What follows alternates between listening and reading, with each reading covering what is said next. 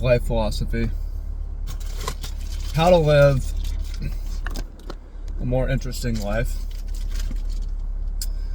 The best possible life that you can live. I'm going to share with you my philosophy on how to do this, which is it's different. It's unconventional. Obviously, I'm an unconventional guy. Nalani, come here, dog. Say hello. Say hello to the beautiful people. Thumbs up for Nalani. I'm on my way in. It's a Saturday to go on a hike. First longer hike I've taken Nalani on since her injury. So we'll see. I've got a dog sling thrower in my back if I need to. And if you don't know me, my name's Travis. I'm an adventurer and entrepreneur. And I live here on Oahu. On the Hawaiian island of Oahu. Right, let's get it. So, the basic concept, and we'll go into more detail, but is to think about how you're going to write a memoir. You're going to write an autobiography at the end of your life, and you're trying to make your life as interesting as possible. To have as interesting a story as possible, make as interesting memoir, biography as possible. And we'll talk about how to do this and what sparked it, the idea, and some actual examples in my own life. But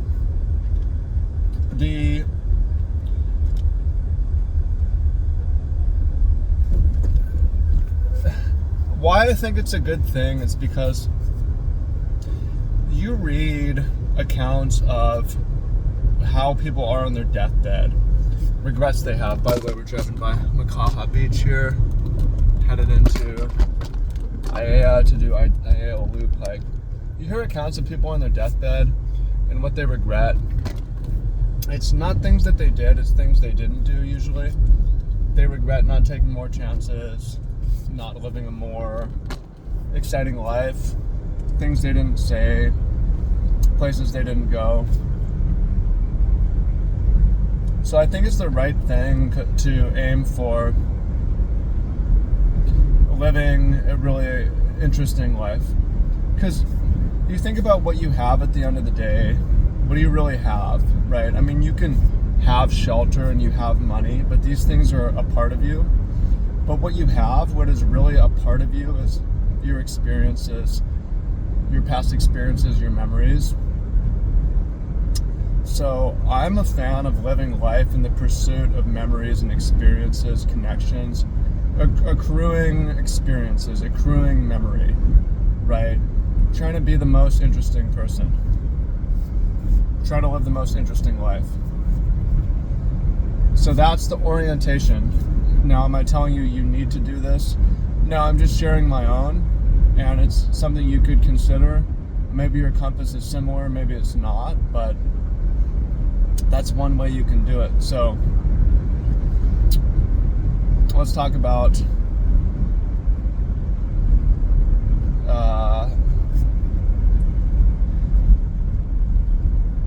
a little bit what inspired me. Totally what's inspired me is reading books. So I'm a big book reader to this day. I've slowed down the past couple years. Since I started trading, I slowed down from reading a lot of books a year to some books a year. But I read, and one of my favorite genres is biographies and autobiographies and memoirs and true survival stories. And I love these because I just get something, they're exciting, the adventure, it's true, it's something that really happened. But they're full of nuggets of life wisdom and advice.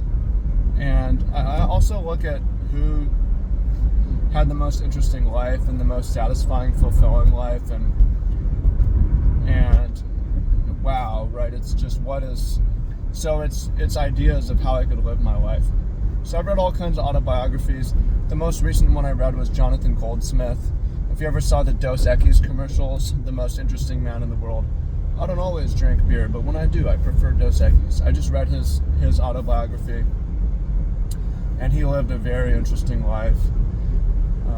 I think an interesting model that I could talk about is Arnold Schwarzenegger. Grew up in Austria, was in the Austrian military, got into bodybuilding, became a bodybuilder, world champion bodybuilder, got into the business of gyms, owning his gyms, moved to America, moved to LA, moved to California, got into the supplement business, broke into acting, got into Hollywood, now he's a big time actor, family man, cheated on his wife. Nobody's perfect, but hey, maybe made a more interesting life. I'm not telling you should or shouldn't do that, but nobody's perfect. Who's to say what perfect is anyways? And then he went and he got into politics and became governor of California. Crazy, right? So one of the things that makes an interesting book and an interesting story is different chapters and different acts, which are change. So for instance, Jonathan Goldsmith, his book, there's 3 acts to his book. The first act is his childhood and upbringing. The second act is Hollywood, for the most part. And then the third act is a lot of mountain and sailing adventures, right? And there's a lot of ways to live an interesting life. Nelson Mandela, A Long Walk to Freedom, that's another autobiography I read somewhat recently, and for him, moving around makes it interesting, living in different places, adversity and change. His life had a lot of change. He was a lawyer, right? And then he's in court cases, he's a freedom fighter, he's doing training, he spends a lot of time in prison, and then he becomes president of South Africa. Why is his life so interesting? Well, a lot of it is the change, the different places he lived, and the different roles that he lived. What are some other interesting ones? Einstein, as well as another one of many chapters, moving, different times, different people, different relationships.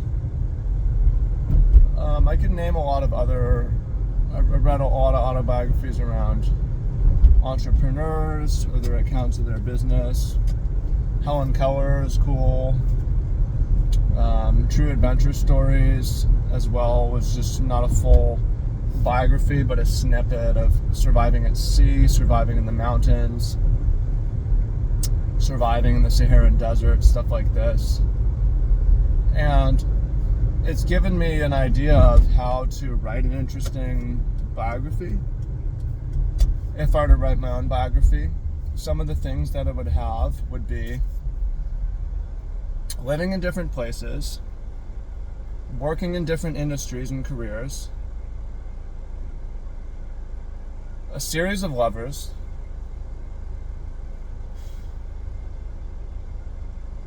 danger, elements of outdoor danger. This is what would make an interesting life. So it has nothing to do with what I own, right? Everything to do with how I spend my time. And I'll tell you, I've been living this way for a while. I'm 34, if you didn't know. I'll tell you a little bit about my life. My life has been super interesting, right? If I was to write a memoir and I died at 34, it would be pretty interesting, right? I've read Tupac, Bruce Lee. They died before 34, right? They had interesting lives. Who else did I read? Hickson Gracie, or which one it was? One of the Gracie brothers. Yeah, I read a lot of biographies. Yeah, moving. So I mean, for me, some of the things that make my life interesting, especially the last 14 years, 16 years, from 18 to 34, have been really interesting. But yeah, I mean, growing up, why growing up maybe wasn't that interesting is I had stability. I lived in one place. I only went to basically 3 schools up till I was 18. Played different sports. Didn't have the most interesting childhood. It was a good childhood, but not a perfect childhood. I had some racial bullying, some regular bullying. I did some bullying. I had a lot of friends. I had a series of girlfriends. I played a bunch of different sports, not on the team, or not for school teams, but for city teams.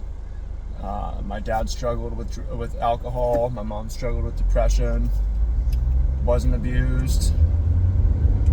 Didn't get everything I wanted. Had a good to average good childhood. Probably above average, but not the most interesting, right? I could not tell you that many super interesting stories, right? Because stability and safety actually are just not that interesting.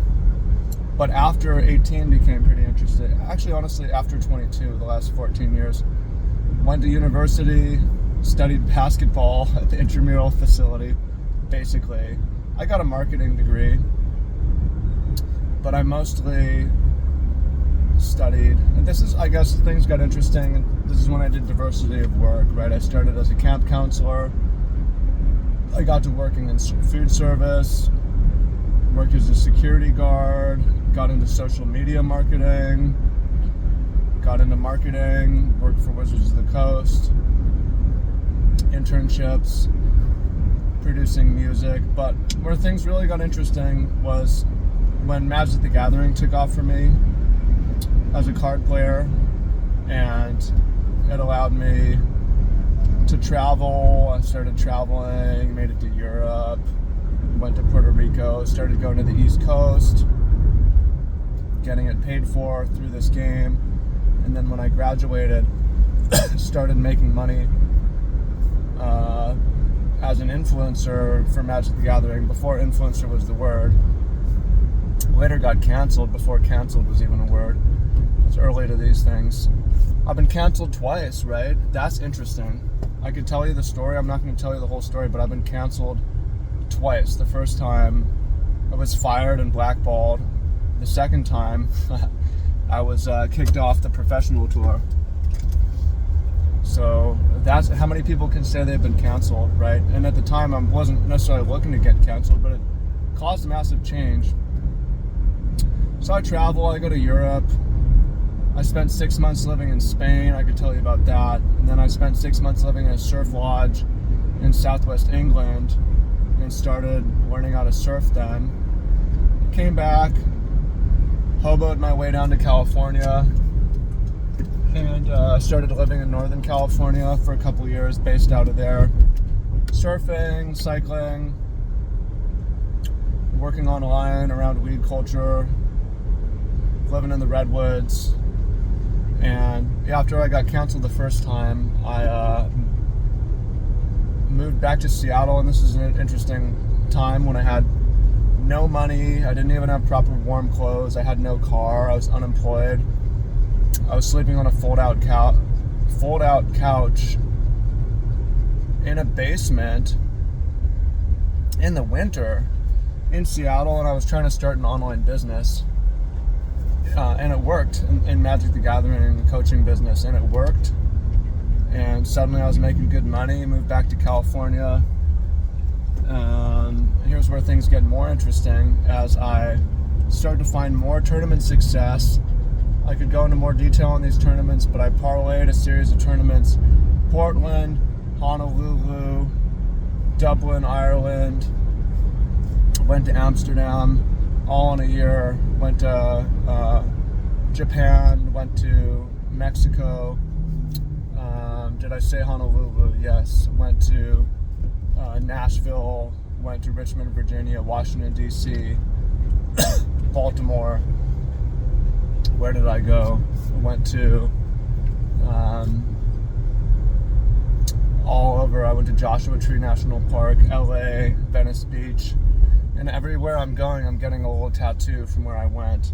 So the tattoos from 20 different places now, random parlors I walk in, throw something on here. So I went to Seattle, New Mexico, Albuquerque, Phoenix, Arizona, all in a year. And then have the best time in Hawaii, and this is when I get canceled and I move back to Hawaii. I'm kicked off the tour. I'm a professional player. Kicked off the tour, and I'm like, bet, I'm whole new chapter. Time for a new chapter. I'm gonna live the farm life. So I'm working on a farm, doing Aina work in Hawaiian. Aina's the land.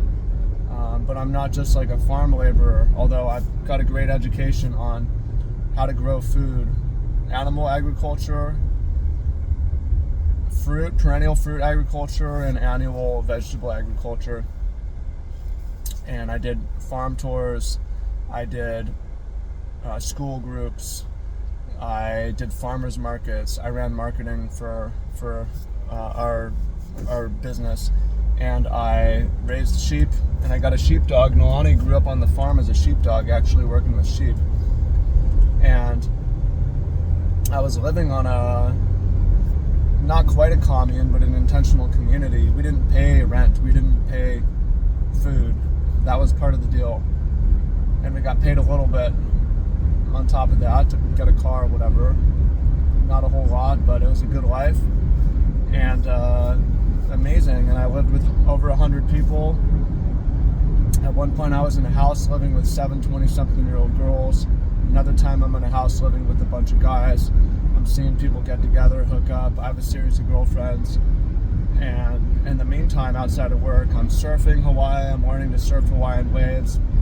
And I'm climbing up these mountains. I'm going hiking. And at some point, I save up a bunch of money. I receive a little bit of money. I get into investing. And all of a sudden, I'm sitting on like $500,000. And I'm like having issues at work. I'm going to quit my job, go part-time, and get into trading full-time. So I had a period as well where what kind of a 180 is that from going to farming to crypto trading? And that's a chapter. Trading's not very interesting. What's interesting about it is very cerebral and emotional, and a look inside your life where I made a lot of money, I lost a lot of money. I learned that money isn't that important. It's all about how you spend your time. And you can make $30,000 in a day, and it doesn't help you connect with people. It doesn't help you have an interesting day. So that was a chapter that's now behind me. A new chapter. I started doing hiking tours, professional hiking tours. And I've been doing that since May of this year. And getting paid to take people cliff jumping and snorkeling and hiking and climbing all these mountains, which has been an awesome change. And also part of this new chapter is maritime marine adventure too, where I started working for a company doing marine tours. 2 weeks into it, and I've swam with whale shark, swam with pilot whales, with dolphins, seen a tiger shark, all kinds of cool marine life out there. And I'm learning to dive and to tie knots and more boats. And yeah, what's in the future for me? Where could this lead me? What could be really interesting? Where might I go from here? Right? So that's a little taste of my life, and what I like about it as a story is, I can start at age 22, and just the last 12 years have been 4 really interesting, 4 chapters where the professional Magic the Gathering, traveling the world, meeting thousands of people in person, enjoying a level of fame, to going to the most humble, then moving to Hawaii and just working outside and learning about food system, then going back into the computer and trading full-time cryptocurrency during the Great Bull Run, and then pivoting again to private adventure tours. And right, it's like the last 12 years have been so interesting, and I want to keep that going. Right, I'm into something new, and I want to stick with that for a while, which is what the adventure tours. But it could lead to maybe getting a captain's license, being a boat captain. I'm interested in skydiving. I want to get lessons on how to ride horses. I'm about to get my lifeguard training. Still trading on the side. I don't know, right? I mean, I have the dog, so that's really limiting the travel or my desire to travel, because I've got a dog and a cat I want to be around. So what's like the most interesting things that I can do on this island and on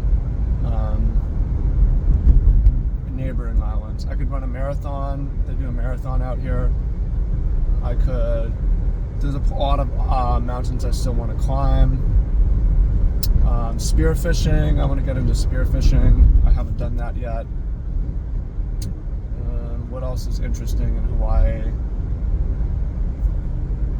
I could get back into farming. I mean, that would be interesting to get back into. I want to be a cowboy. I sound like a little kid, right? This is how you should be. What do I want to be when I grow up? I want to be a cowboy. I want to herd cattle from horseback, maybe with Nalani helping. That's one of my bucket list goals. So, right, and this is, again, I'm not telling you how to live your life. This is just my philosophy of. It's not just, at the end of the day, I want a cool book that I could write, but it's a good way to think about it, because in order to do that, you have to have a lot of interesting experiences. So I'm focused on accruing experiences. Nowhere in there did you hear me, I need to make X money or get Y car. I guess I could add having a family and having kids. That's important. That's probably part of the story, and that would also be a new chapter. And maybe that would be the next chapter in 4 years. I'll be 38. That'd be a good time to do it. So, yeah. Appreciate all of you. Thanks for listening. Comment down below, and if you want help, I've got a little mini course, and also I still am doing one-on-one coaching, and in that one-on-one coaching can help you live a more interesting life, get unstuck, get going. So let's do it. Go book me if you want to help from me on living a more adventurous life. And yeah, I guess one more thing I want to share is just from inspiration. One of my inspirations in terms of lifestyle is Tai Lopez. And to me, he's lived such an interesting life. And that was one of the things that got me into the idea of just giving up whatever and going farming, where after high school he just went and lived on a farm for like 6 or 8 years, and he lived with the Amish, and he traveled, and he started a nightlife business. And then he started online business, and he moved to Hollywood and Beverly Hills, and got his own farm and did 67 steps and spends time in Scandinavia. And just like, this guy has an interesting life, right? He's optimized for adventure. And I'm looking back on my life, and I thought I was optimizing for health, but it's possible I've optimized for adventure as well. It's not possible to do both, is it? There's two things that have been really, my life has been all about. It's health and adventure. And there's a lot of things that I've sacrificed. I've sacrificed relationships and partying, and I mean, I cannot say I've given up fun, though. I mean, what I'm doing is a lot of fun. So anyways, appreciate y'all. You're amazing. And those of you who are going to take the next step with me, there's a link down below. Go fill that out, and we will talk soon. Appreciate y'all. Much love and peace.